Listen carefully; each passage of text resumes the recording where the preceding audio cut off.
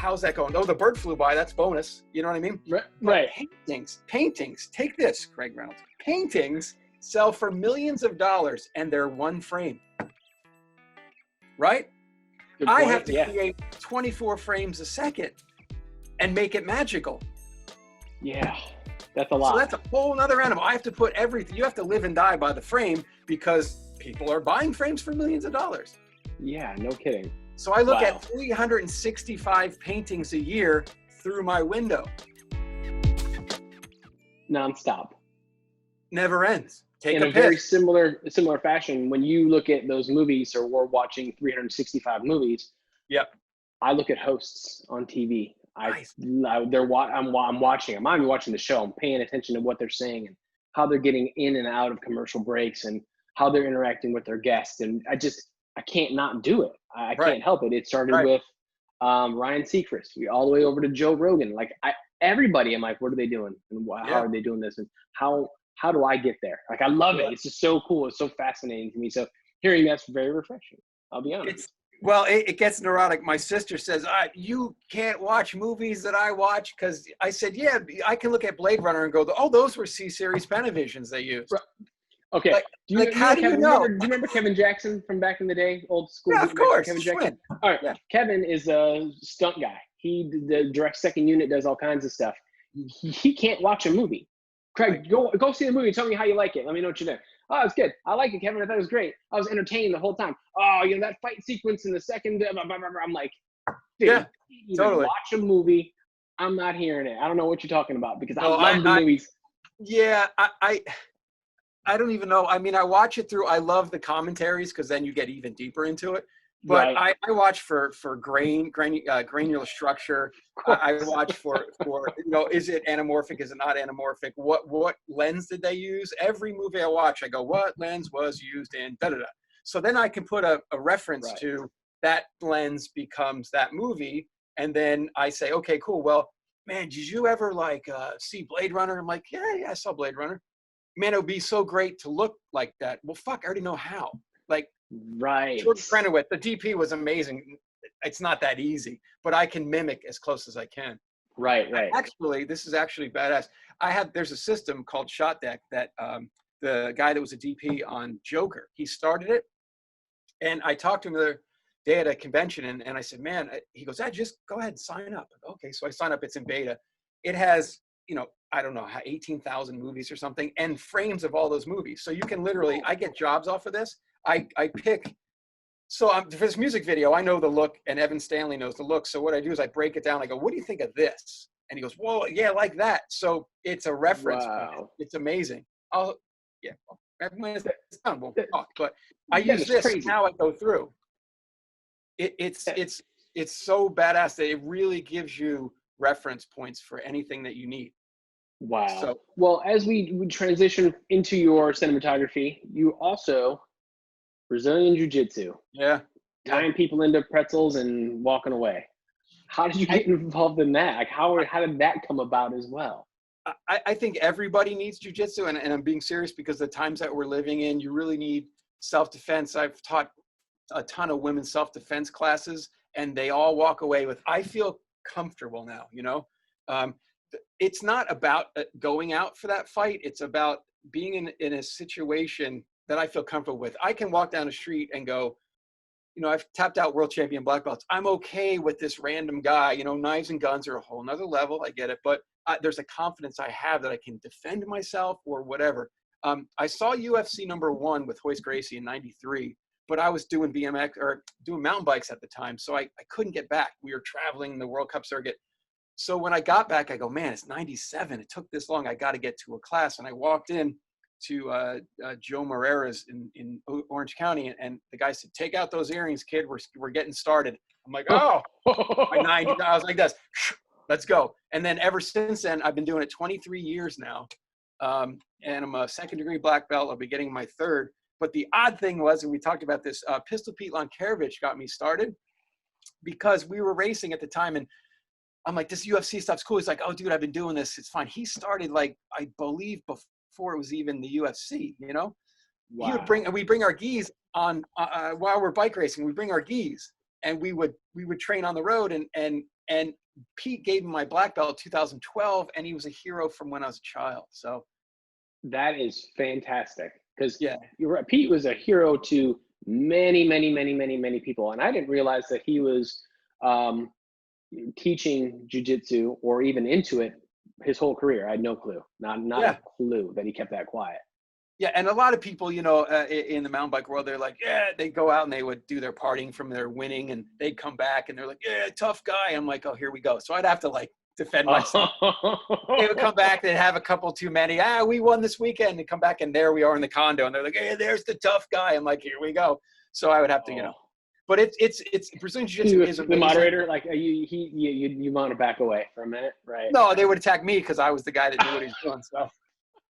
Yeah, it was terrible, but you know, it's a thing. I did BMX for 12 years, and I thought, you know, BMX it's the end all, and it still is because I consider myself kind of a historian.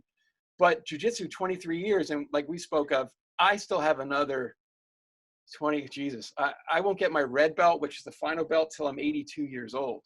Unbelievable. So black belt is only the beginning. You know, you have to give back, and the influence thing is now I have to influence all the previous belts: white, blue, purple, brown, and black.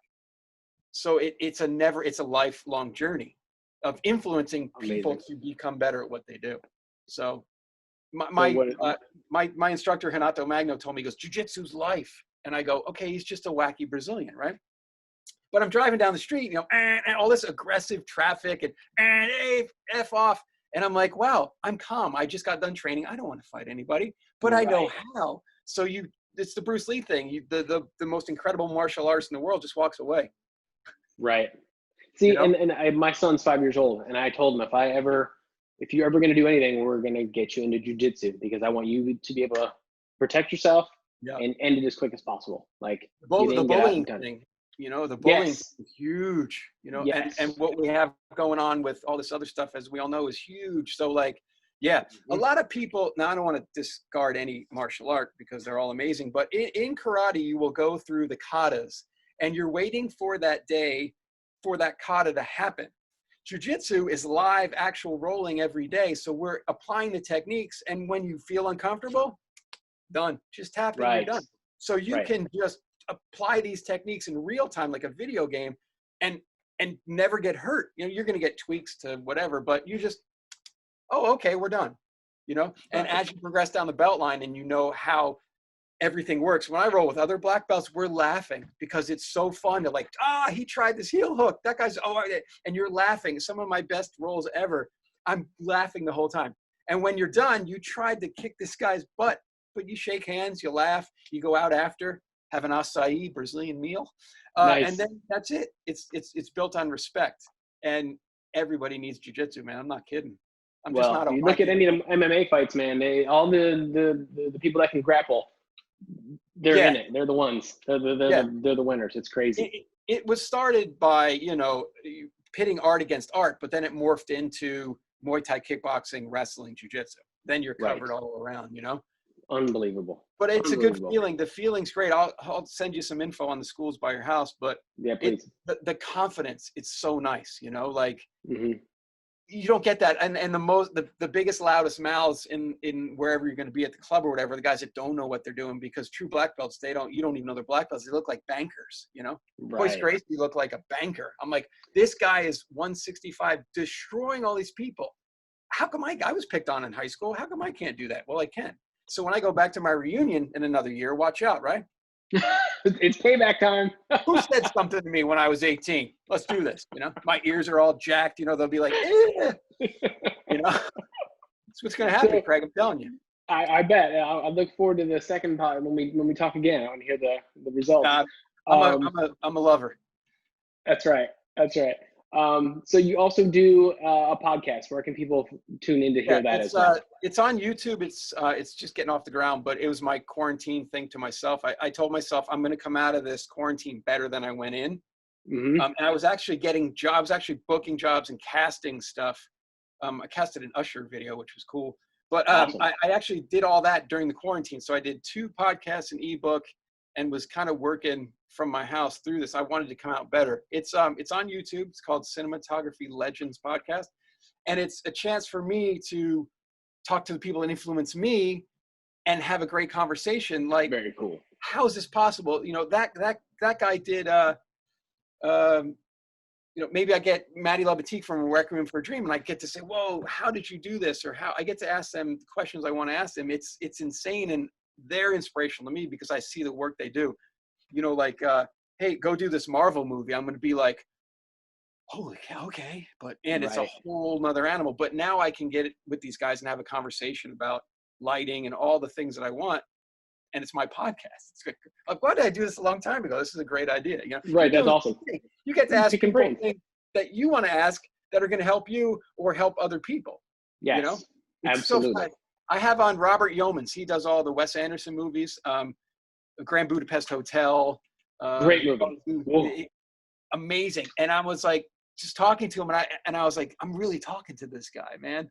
Right. It's that childhood excitement. Like, I'm talking to this dude. I watch all this stuff. I know when he does whip pans, and you know, so let's talk to him about whip pans. He's like, yeah, sure. And I'm like, whoa. So this whole internet thing and it being influenced by people, it's the best time in humanity to be able to.